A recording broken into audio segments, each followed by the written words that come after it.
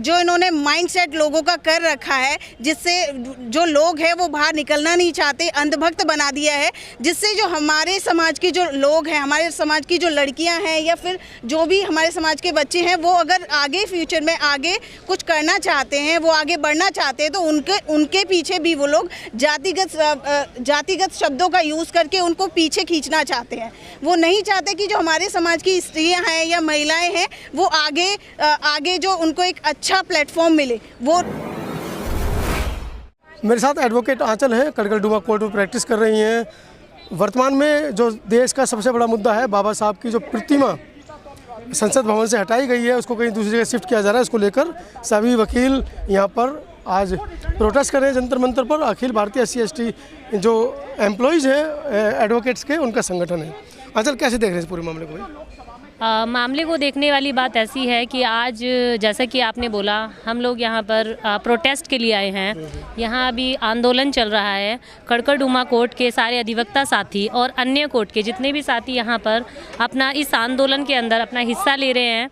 ये main motive ये है कि जैसा कि अभी सुनने में आया है कि संसद में हमारे बाबा अम्बेडकर साहब की जो मूर्ति लगी हुई थी उसको रातों रात हटा दिया गया है। तो मेन मुद्दा ये है कि ऐसा आखिरकार हुआ है तो वो क्यों हुआ है।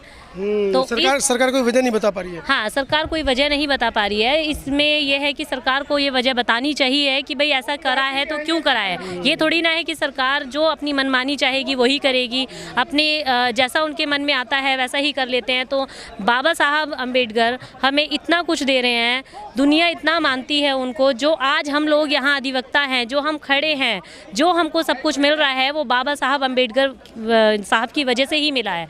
आज उनकी मूर्ति को हटा दिया गया तो ये तो कोई मोटिव नहीं बनता है। ऐसा नहीं होना चाहिए था। तो रोष है दलितों में, खासकर 2 अप्रैल की तरह ऐसा लग रहा है कि जनसैलाब पुनः एक बार भारत में हो सकता है। इस मामले को लेकर सर इस बारे में तो खैर नहीं मैं बता पाऊंगी, क्योंकि मेन जैसा कि अभी आपने पूछा है कि दोबारा बताएंगे आप।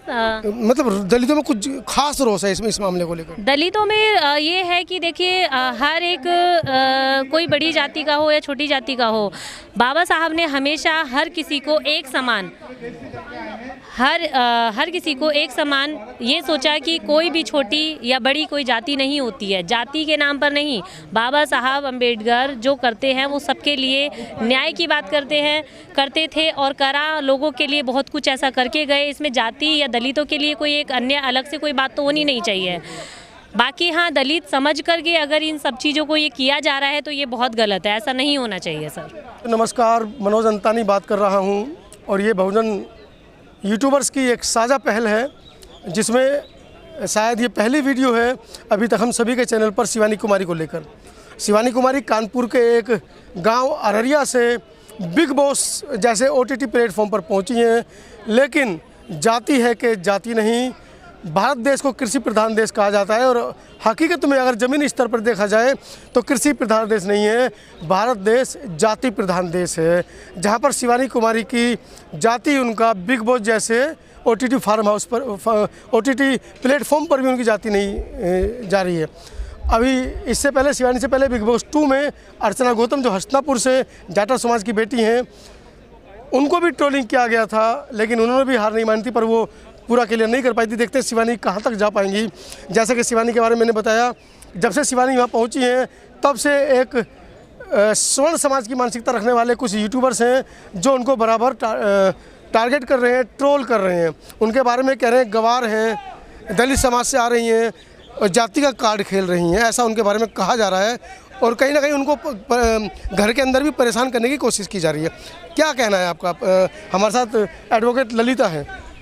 सभी को मेरा जय भीम। जय भीम। जैसा कि शिवानी के बारे में बात की जा रही है कि वो बिग बॉस में आई हैं, तो ये जो समाज है ये पहले से ही कहते हैं कि एक अच्छी सोच रखने वाला समाज है या ये देश जो है, लेकिन जब से ये मोदी जी की जो सरकार आई है तब से उन्होंने जो हमारे जो ये एक Mindset क्या है? एक जो इन्होंने माइंडसेट लोगों का कर रखा है, जिससे जो लोग हैं वो बाहर निकलना नहीं चाहते, अंधभक्त बना दिया है, जिससे जो हमारे समाज के जो लोग हैं, हमारे समाज की जो लड़कियां हैं या फिर जो भी हमारे समाज के बच्चे हैं, वो अगर आगे फ्यूचर में आगे कुछ करना चाहते हैं, वो आगे बढ़ना चाहते हैं, तो उनके पीछे भी वो लोग जातिगत शब्दों का यूज़ करके उनको पीछे खींचना चाहते हैं।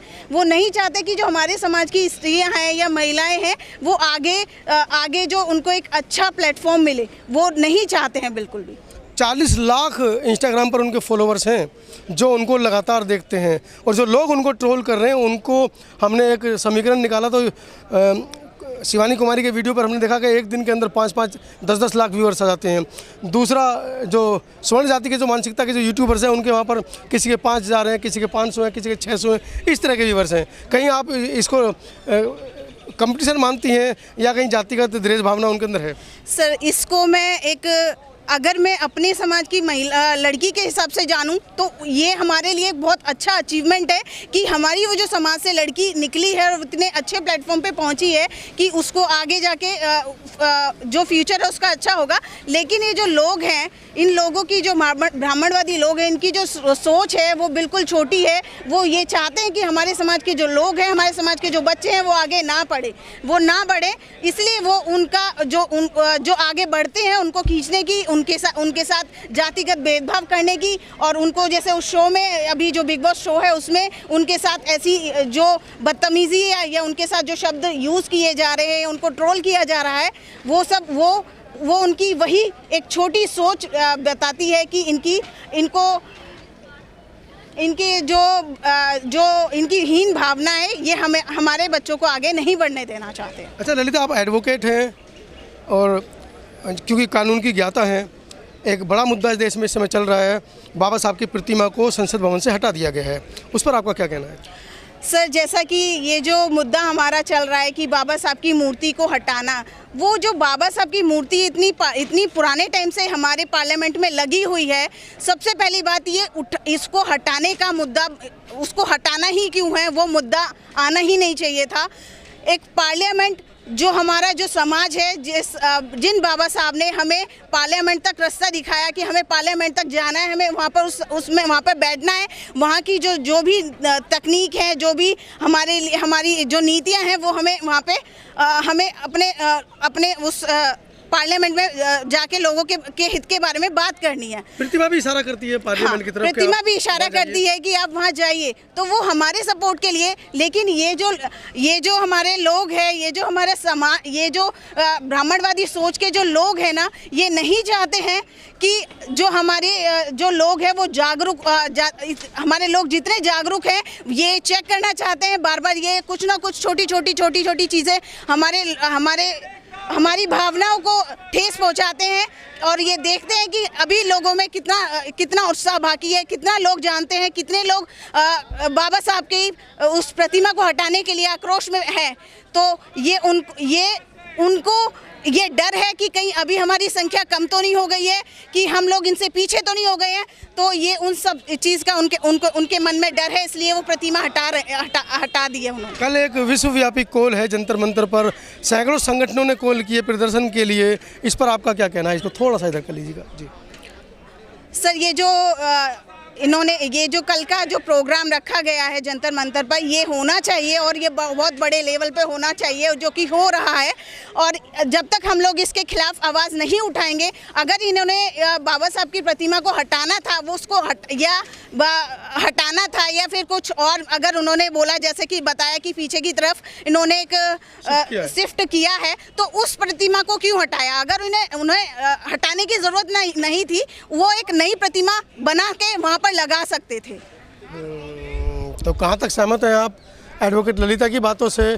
कमेंट सेक्शन में ज़रूर लिखिएगा। धन्यवाद।